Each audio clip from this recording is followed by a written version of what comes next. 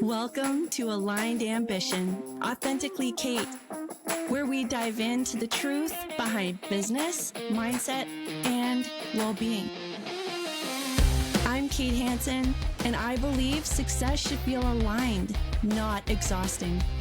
So join me for inspiring stories, some actionable insights, and the confidence to build a life on your terms.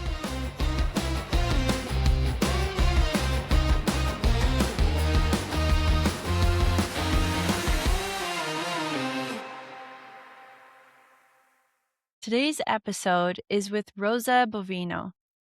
And honestly, she's just one of those people that when you meet them, you immediately feel drawn to them. There's something magnetic. She's built an incredible career in the mortgage industry over the past 30 years. But what really stands out about Rosa is how she leads and how she develops the people around her. In this conversation, we talk about what ambition actually looks like over time and how it evolves and how sometimes it's something other people see in you before you actually see it fully in yourself. Rosa shares her journey from getting started at 18 to leading a high-performing team and some of the leadership lessons she's learned along the way through her journey, especially around listening, adapting, and really supporting the people around her. We also get into what it takes to sustain success at a high level, how she manages real life alongside real responsibility, and what success actually means to her now. If you're building something, leading people, or stepping into more responsibility, you're going to take a lot from this episode. So enjoy. All right. I am overjoyed to be sitting here right now with Rosa. This conversation, just to have any conversation with you, honestly, we were just talking about how it's been a while, but I've been looking forward to specifically talking to you about ambition and about everything to do with that. We met a while back because our daughters are in the same high school. So I had the pleasure of meeting Rosa through a golf event, a golf fundraising event. And what a force. Like the best introduction. I knew I wanted to know Rosa forever. And so both professionally and personally, I love everything about the way that you show up, Rosa.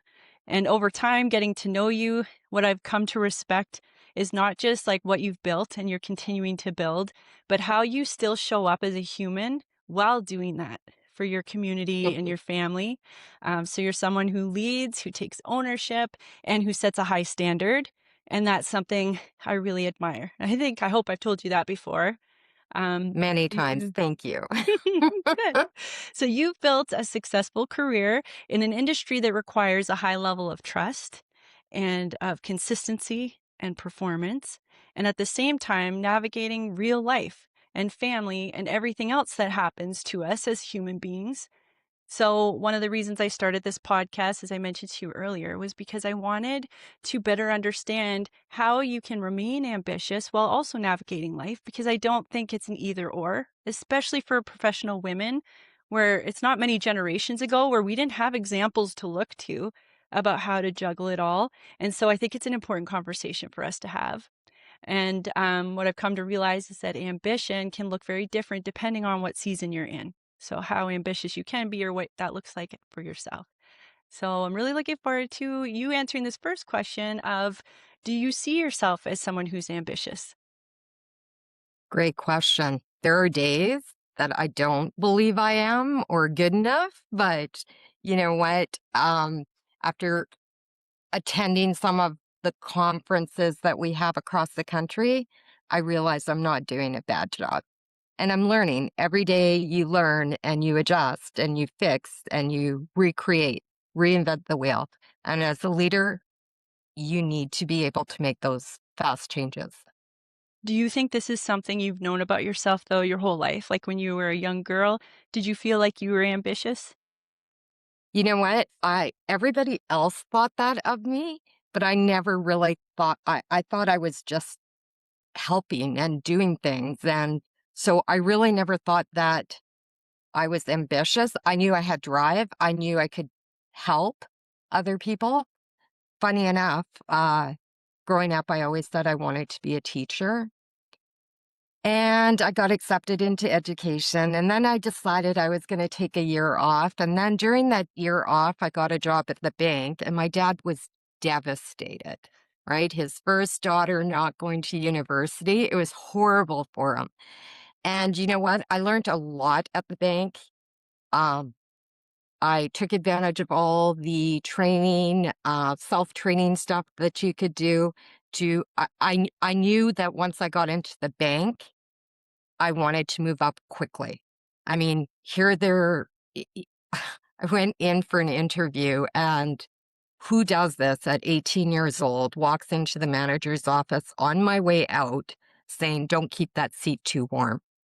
Who does that at 18 years old, right? Did they take it well? They did, but I didn't get hired right away. But I was like on them every week, calling them saying, listen, give me a chance. Just get me in the door. I'll be your mop person. Just let me in. I'll prove myself to you. And a week later, they called me and said, well, we have a job for you. And that's where it all started. You know what I love is that nobody had to tell you to do that. That's where I No, think of ambition. Like there's some people who just take initiative. They get creative. They express what they want. And it's like that has to come from within. That kind of confidence. Yeah. sure. Yeah. Was I a confident person growing up? Probably not. True story. Um, I was horrible in math, believe it or not. I had a teacher that I would go in early in the morning for help, at lunch for help, after school for help.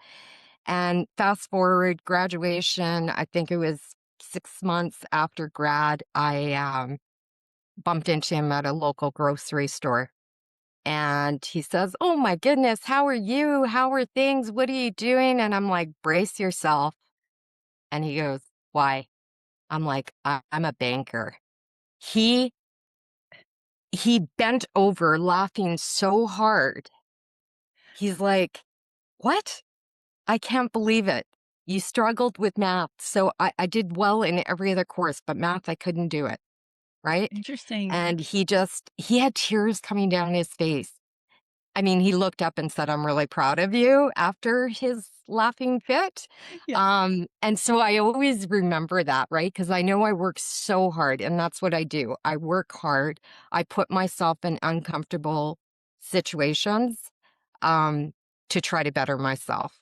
I join boards. I do all my um, fundraisers. I get involved. I want to learn from other people. And that's the main reason I get involved with so many things. It's because I want to better myself to help better my team. So, Amazing. Yeah, for anybody who doesn't know Rosa, you would not believe the stamina she must have for the number of people that she helps, the committees, the groups, the fundraisers, the charities, the schools. Like, I'm out of breath just thinking about it, but also your reputation precedes you. Everyone I meet that knows you're like, that is a woman who gets stuff done. That is a woman who, when she's with you, you get all of her. And I just think, what a compliment. That's so kind. So, like, one of the things that I hope to tap into a little bit with this podcast is about the behind the scenes, the reality, because we talk about social media showing highlight reels. And I think, especially if you're in a sales position or if you're an entrepreneur, it can definitely be glamorized. Like people put out there just the best outcomes, but they don't really put what was the journey to get there? What's the reality? And to me, those are the parts I cherish the most. Like the hard things I overcame are my jewels more than like the win that I had. That's just to me personally. So when I think about like in your industry, especially at the level that you're operating now, what does success actually require? Not just in like how you show up for your clients, but in how you lead and how you make decisions day to day. well, I think how you show up for your clients is how you have to show up for your team. When you're building a business, building a team, it's the exact same thing. There's nothing different about it.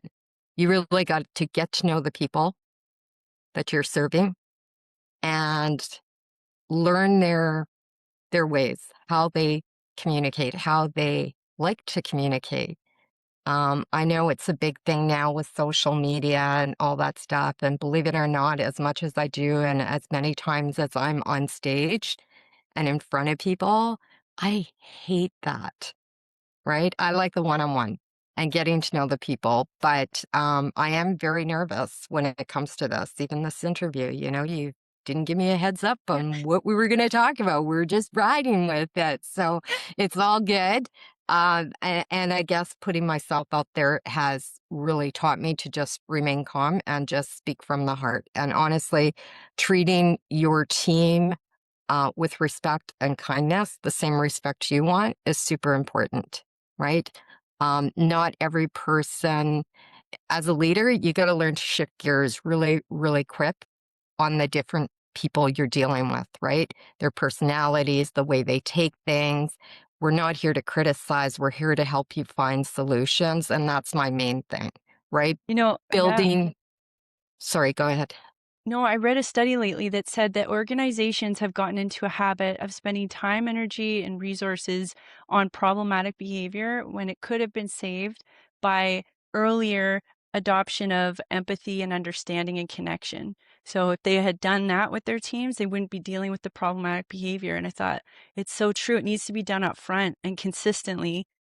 And that's how you have less problems to deal with, less fires to put out. Absolutely. And listen, there are times where you're going to have those tough discussions, and maybe it's not a fit for the person on the team. And that's okay too, right? We're all at Yeah. different levels. You have to learn to have those discussions, those hard discussions sometimes too. But I think as a leader, we're here to guide and show the way, not to dictate, if that Yeah. makes sense. Yeah, because sometimes somebody new with a fresh eyes, fresh perspective might show us a new way that could be faster and more efficient. 100%. I've learned from people on the team. It's Mm. amazing, right? Yeah. But being a good listener, listen more than you speak as a leader. Yes. Which can be tough. Our egos are like, I know better. But so, like, as you've grown through your career, what have you had to change about the way that you operate in order to handle a higher level of responsibility? Well, listen, it's no secret I'm Italian, so we have that Italian blood, and I can get worked up, but I've had to teach myself to take a step back and not be reactive in a certain situation, right? Analyze, write things down. I'm still old fashioned. I always have a pad of paper and a pen beside me. I'm always writing notes, always. Yeah, we got that in And common. I get that. so that was probably the number one thing that was very hard for me, that you're, and I think it's hard for anyone, right? We want to have the answers, and you're always reacting. And one thing I learned years ago was, what are you getting out of it? Both sides are going to put up a shield and defend, right? Yeah. But if you take a step back and people have time to think about it, it wasn't so bad, right?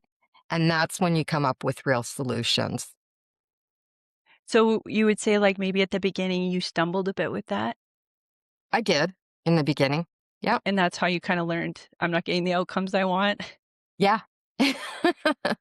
Trial and error, right? And I got better. I know, like, I put on team meetings every month.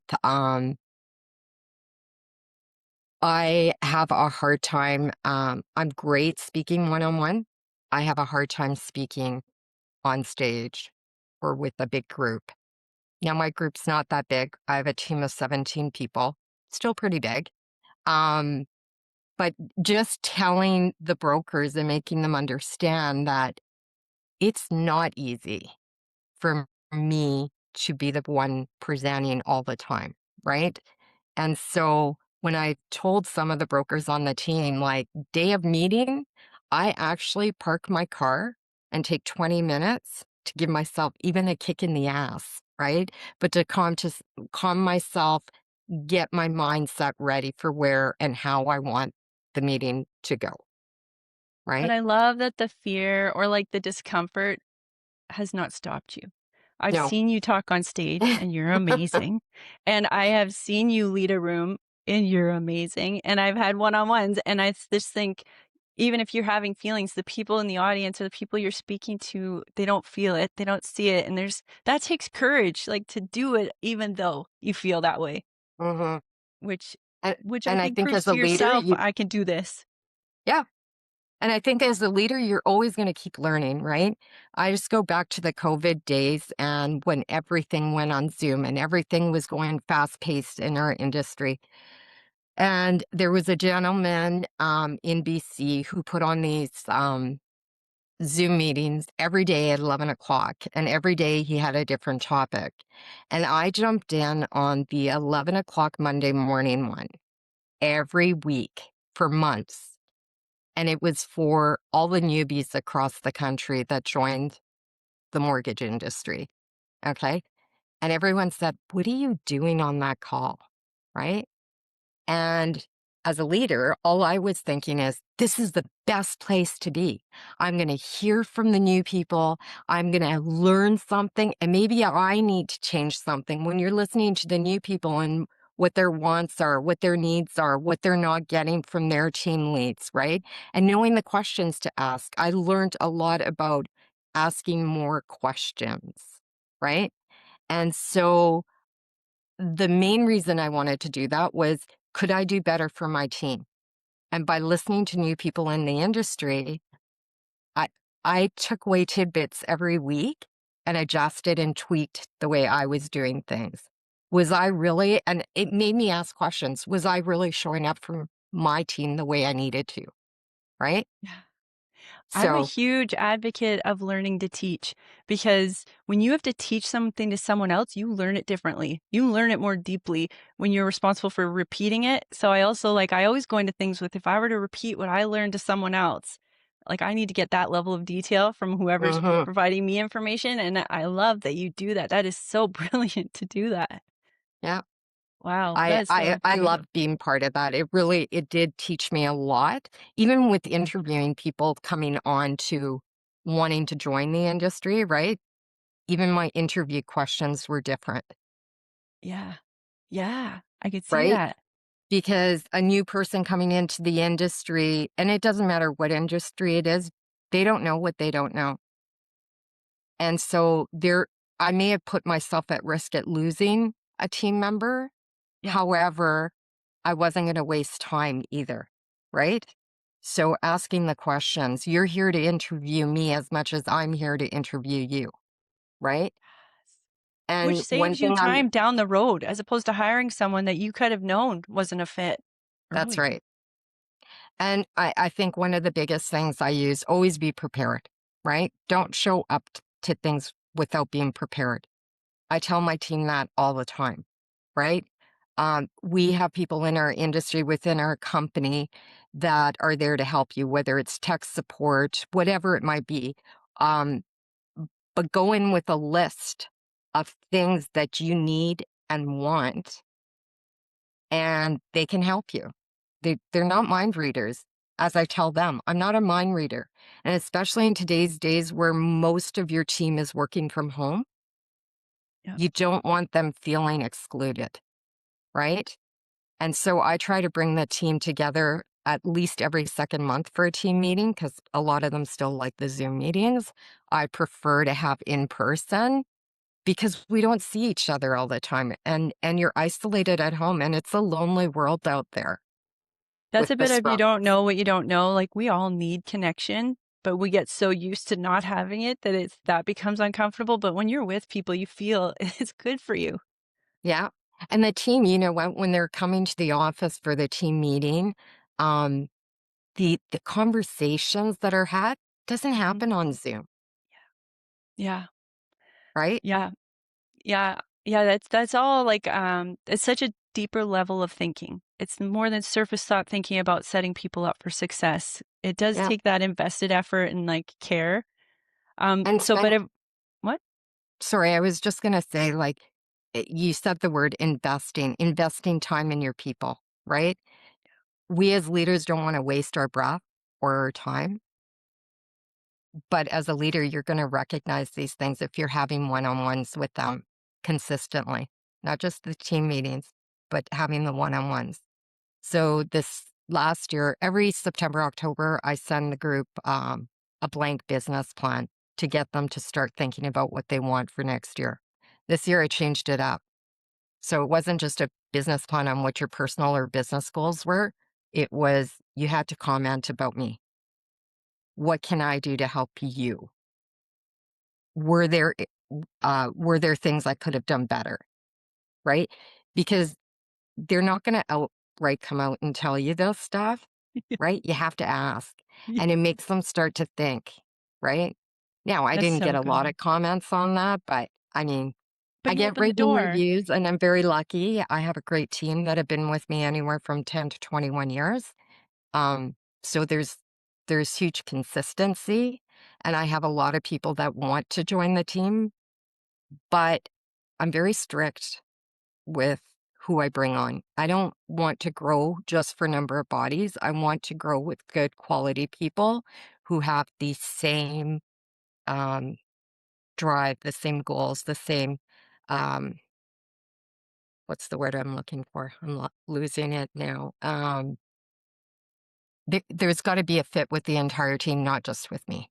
Yeah, that's a good point, and something else that, like, a leader should be thinking about, not just immediate, like, numbers.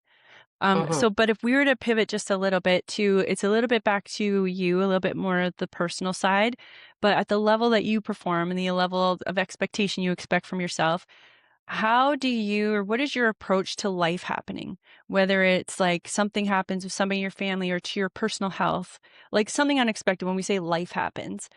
How do you manage that alongside your business and maintaining it, especially when you work for yourself? Like, if you're not showing up, like I've met with a lot of entrepreneurs who are like, if I'm not showing up, there's no income coming in. Like, I have to figure it out.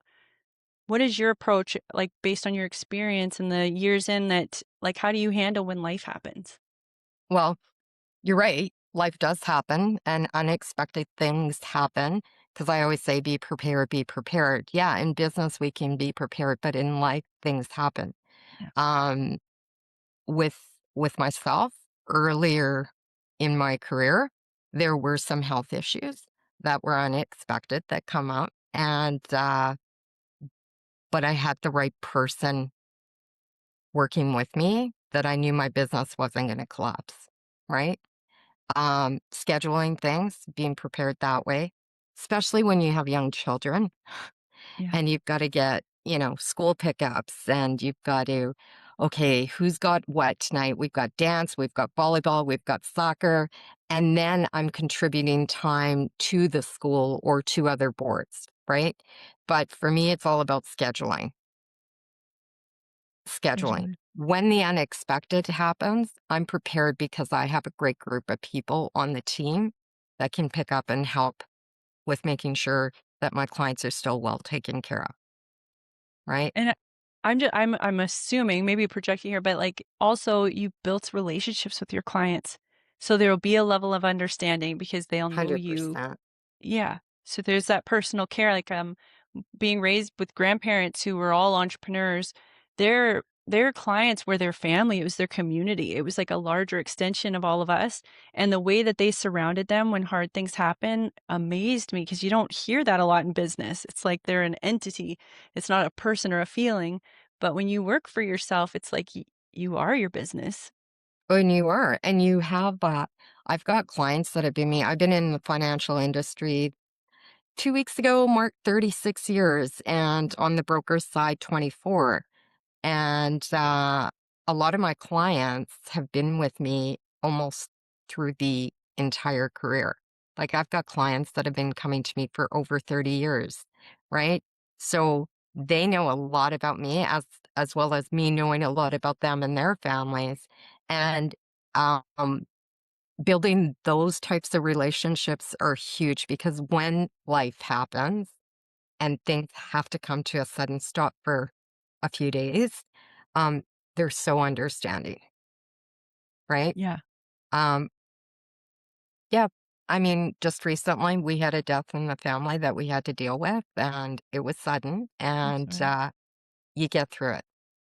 My mom went through cancer back in 2013. She got diagnosed in April and died in November. But you know what? Or sorry, died in October of the same year. And but I gave my heart and soul and took care of her morning, afternoon, dinner time. Didn't disrupt my work because I stayed organized and prioritized. And again, having, Candace on the team that really helps with the day-to-day stuff. Yeah. And you need that. You need that support. You do, and I always think that it's, like, something that's underestimated is, when, my mother had a stroke, her 2nd stroke in, the fall, this past fall, Mhm. just the thinking about it is so draining that to have much energy to do anything else and underestimating that, like, when we say prepare for impact or when we say prepare for when something goes, into a difficult realm, it's like, don't assume you'll just get over it, like, "Oh, it takes this many days for someone to heal or this many days." You can't count on how it impacts you, and, like, you're a human being running this, so it's, like, making sure you have time to recover and care for yourself, I think is so important for resilience to get back to business fully. And you said something there that people have to remember, especially us leaders, right? Because we're go, go, go all the time, right? I set boundaries with the team, with the clients, with my realtors, the other business partners we have. And I've had to be strict with that because I would always bend. And then you're just building those expectations, right? And so setting those boundaries was hard for me, but I set them up. And so when I needed my personal time, you know, I driving the kids to school, that's my time with the kids.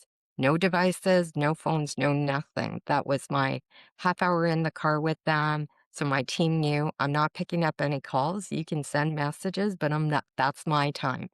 And then at 3 o'clock, going to pick them up and drop them off, make sure they were fed, rush back to work, do the last few things before I got them to their evening events. But then the boundaries were after this time, I'm not going to be available.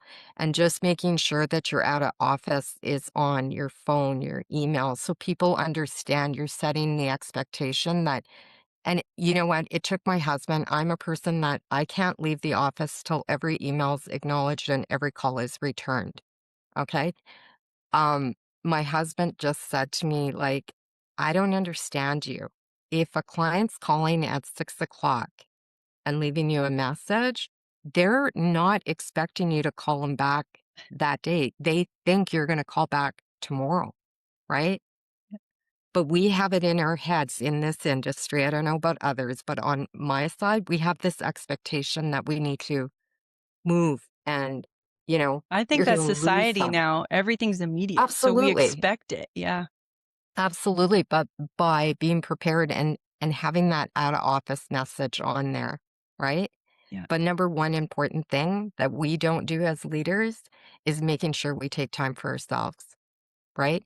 It's enough running a business, but then it's like you said, when life happens, your body's gonna shut down if you're not taking care of you, right? yeah. And you're no good to anyone else. So if you need that vacation, take it. Take it. I also think that you're giving other people permission to do the same. When you show up, truthfully, honestly, working hard when you're there, but setting boundaries, I think that that really allows other people to say, "Hey, if she can do it, then I'm gonna do that. I'm gonna set a boundary." Just 1 second, I just have to, deal with these, dogs for 1 second. Yep.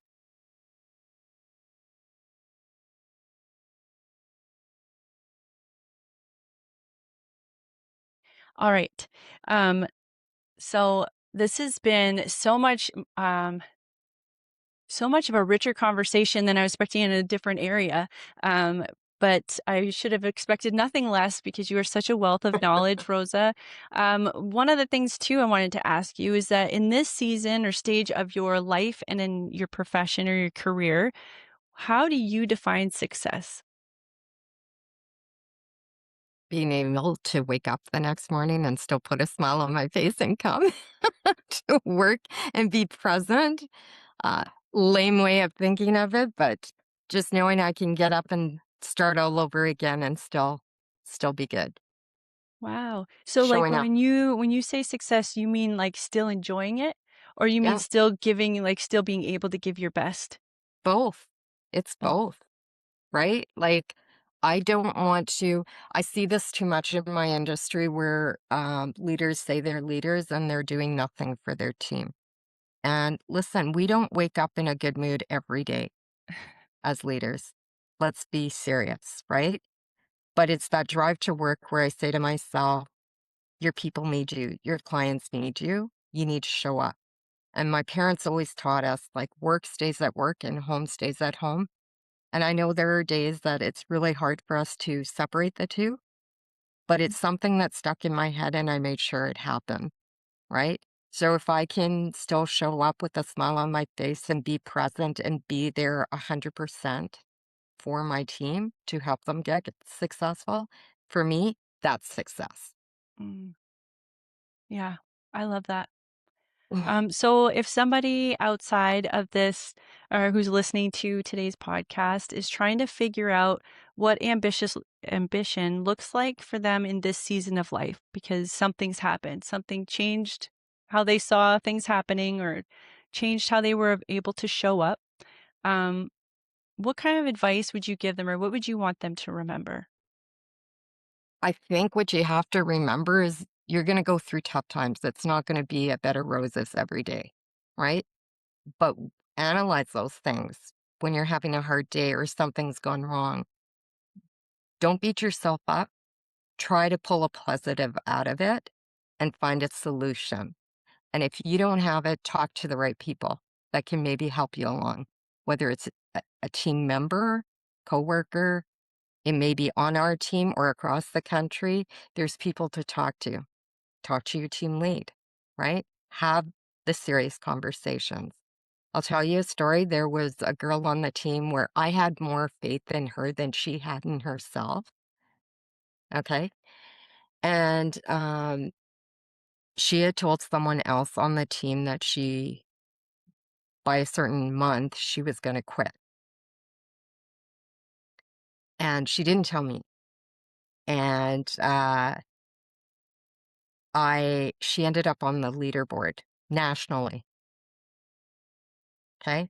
National. So we have, under Invest across the country, we have 1,200 people. And she ended up in the top 20%. That same month, she ended up on the team in the top 5. And then she did it again the following month and the following month. And I said, every time she ended up anywhere, we celebrated her successes. And I'd be jumping around the office. I'm so excited for you. I'm so happy. I'm so proud of you. And this one day she came over to me and she goes, Rosa, I need to talk to you. And I hate those words when they walk in like that. And she said to me, I was going to quit in February. I said, mm-hmm. Why? Right? And got her talking, and I said, How did your success come about? We sat, you took advantage of what I said. Book one-on-ones with me, but come prepared. Let's talk through things, right? Because before COVID, she was just on her way up. And then COVID hit and she stayed at home and she did nothing more, right? And so she was basing her results on that stuff, but she didn't realize what she had changed, that it stopped.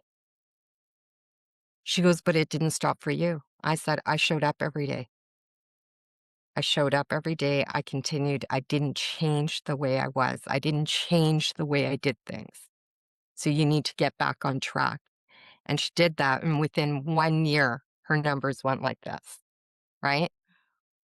And it's hard to hit the national board every month consistently, right? Yeah. But last year, she consistently hit the top 5 in the office, both in volume and in units and in insurance. And March, she ended up on the leaderboard, and that came out just a week ago.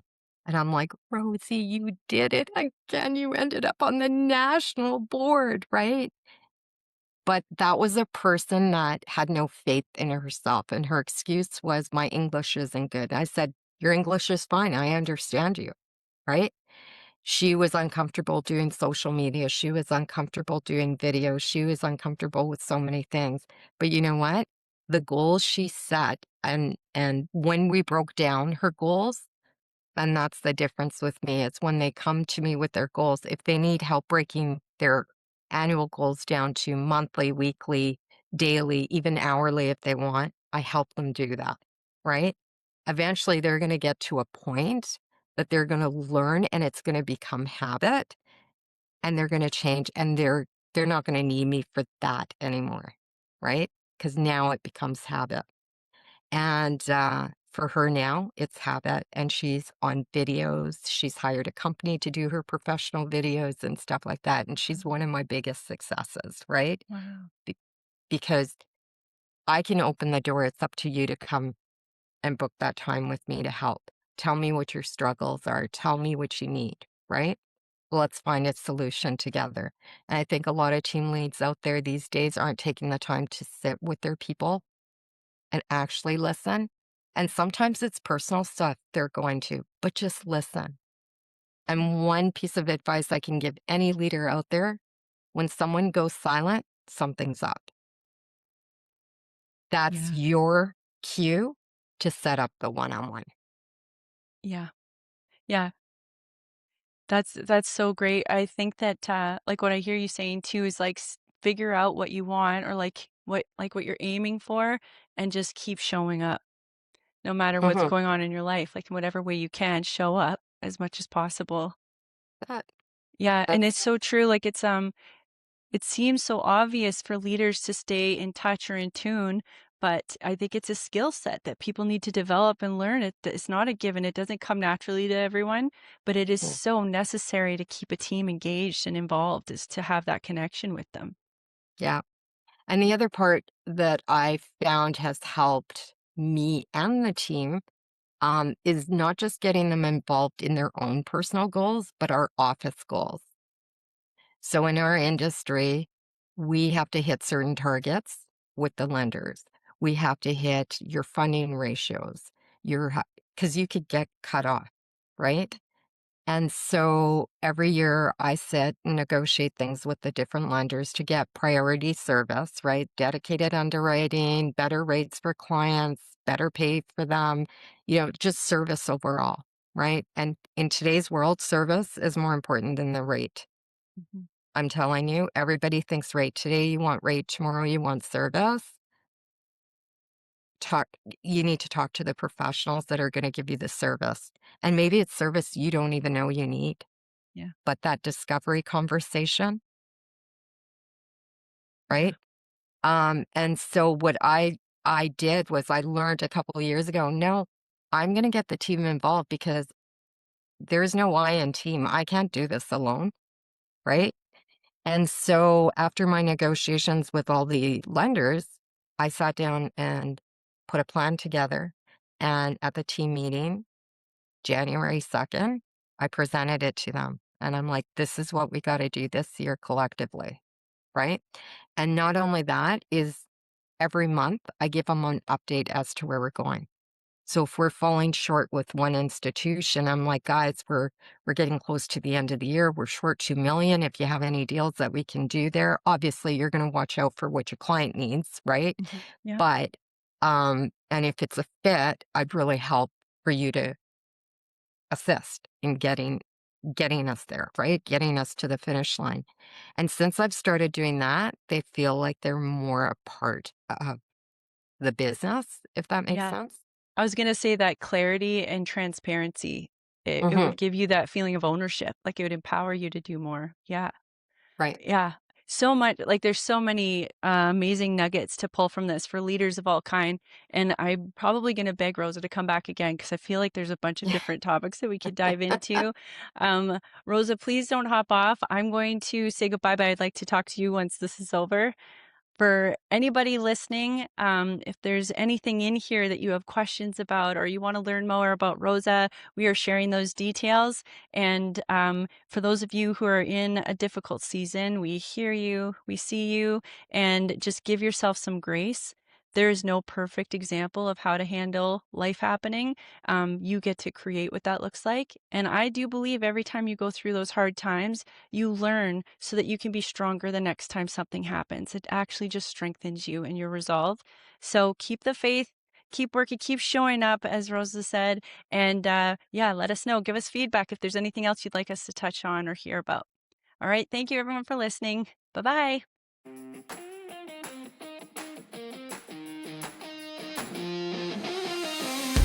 Thank you so much for being here and for sharing this podcast with those who need to hear it. It truly makes a world of difference in getting this message out there. And I would love to connect with you. So go check out my website at kate-hansen.co. And remember, success is best when it's aligned. See you next time.